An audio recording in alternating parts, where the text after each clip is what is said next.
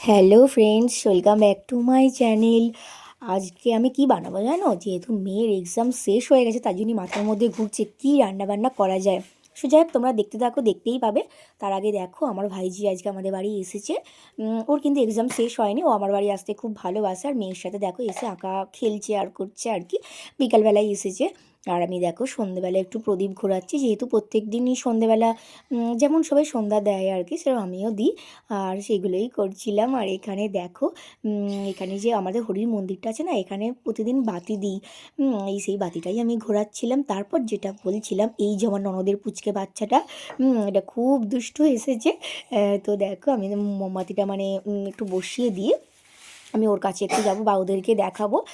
যেহেতু সন্ধেবেলা তো প্রত্যেক দিনই সন্ধে দিতে হয়, যার জন্য আমি মোমবাতিটাই বেশি দিই প্রতিদিনই সন্ধ্যাবেলা।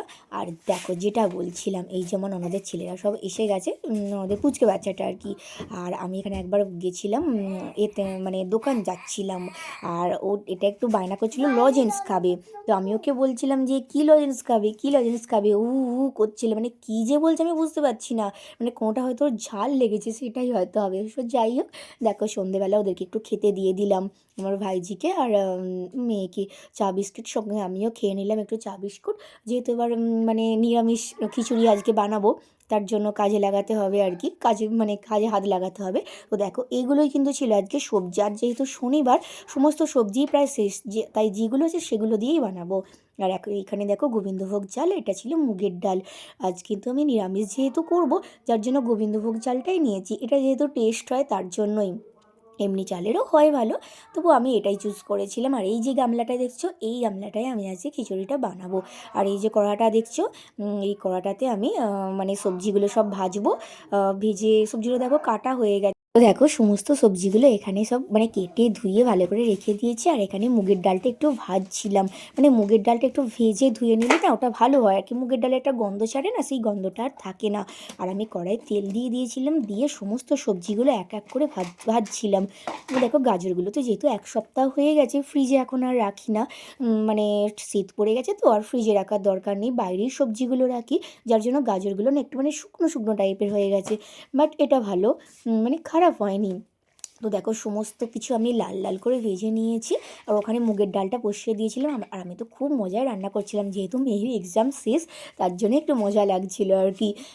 আর দেখো এখানে একটু মানে আলু ভাজা করছিলাম। খিচুড়ির সাথে একটু তো আলু ভাজা করতে হবে। আর আমার মেয়ে দেখো এখানে এসে এক্সাম শেষ হয়ে গেছে বলে ওনারাও খুব আনন্দ কী করছে দেখো, হাত লাগাচ্ছে। আর এখানে লাল লাল করে আলুগুলো ভেজে নিয়েছিলাম। আর তারপর এখানে মশলাটা করব, একটু ক্যাপসিকাম দিলাম।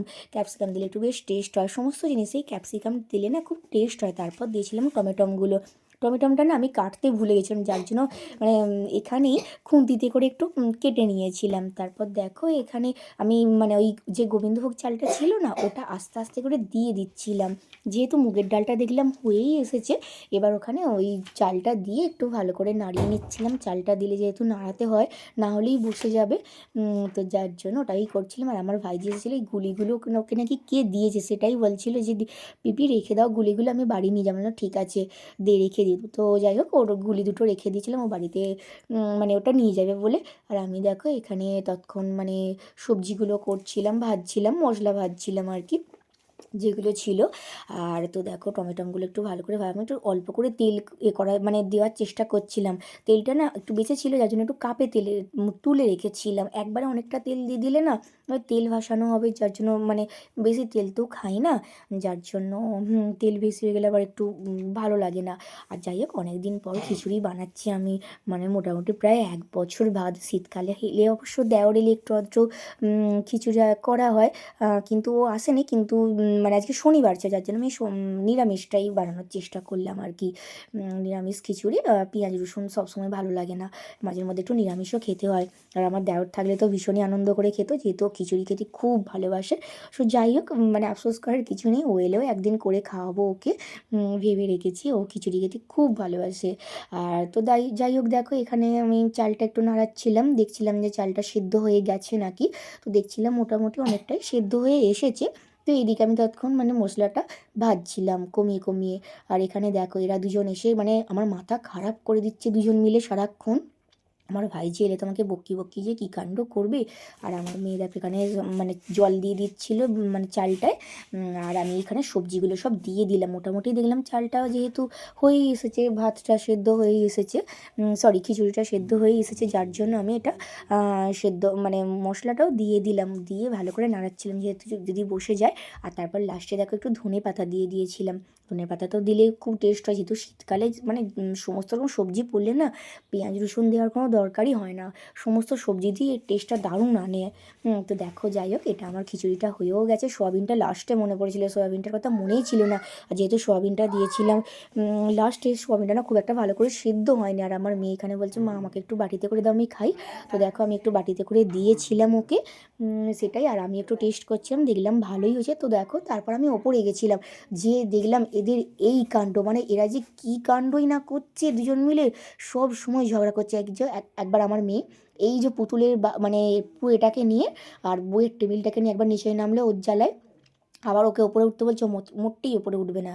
তো যাই হোক, ও দেখো আবার ওই টেবিলটাকে নিয়ে মানে নিয়ে ওপরে উঠছে। মানে কী কাণ্ড যে হচ্ছে আজকে আমার ঘরটা, যে কী বলবো। যাই হোক, বেশি কিছু বলবো না, এই খিদের গড়াগড়ি করছে। ও একদিনের জন্য এসেছে, ব্যাপারটা চেপে যাওয়াই ভালো, কিছু না বলাই ভালো। ও কালকে চলে যাবে। যাই হোক, ওদেরকে শান্ত করার চেষ্টা করলাম। ওদেরকে একে যে আমি কী করে সামলাবো আমি নিজেই বুঝতে পারছি না। তো দেখো রাত্রির হয়ে গেছে, আমরা এবার বললাম যে এবার ওঠ, আর কাঁদতে হবে না, খেয়ে দিয়ে শুয়ে পড়বো। তো দেখো পাতায় পাতায় এগুলো একটু বাড়ছিলাম, পাতা নিয়ে এসেছিলাম খিচুড়ি খেতে, কিন্তু রাত্রিবেলা বেশ মজাই লাগে। আর যেহেতু পাতা এনেছিলাম, পাতাতে খেতে মানে দারুণ লাগে, একটা বেশ মানে ব্যাপারটা ফিস্ট ফিস্ট মনে হচ্ছে আর কি। আর এখানে দেখো কড়াটা একটু বসিয়েছিলাম পাঁপড়গুলো ভাজা, পাঁপড় না হলে লাস্টে কিন্তু হয়ই না, যার জন্য একটা একটা করে সমস্ত পাঁপড়গুলো ভেজে নিচ্ছিলাম। আমি কিন্তু পাঁপড় একটাই খাই, বেশি খাই না।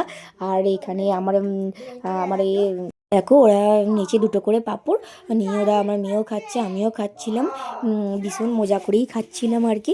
আর তারপর দেখো এই যে খিচুড়িটা ওরা খেতে পাচ্ছিল না, আমি বললাম আমাকে দিয়ে দে, নষ্ট করে লাভ নেই। আমি মানে পেট উপচেই প্রায় খেয়েছি, আমার যেহেতু পেট উপচে খাওয়া চলে না তবুও খেয়েছি।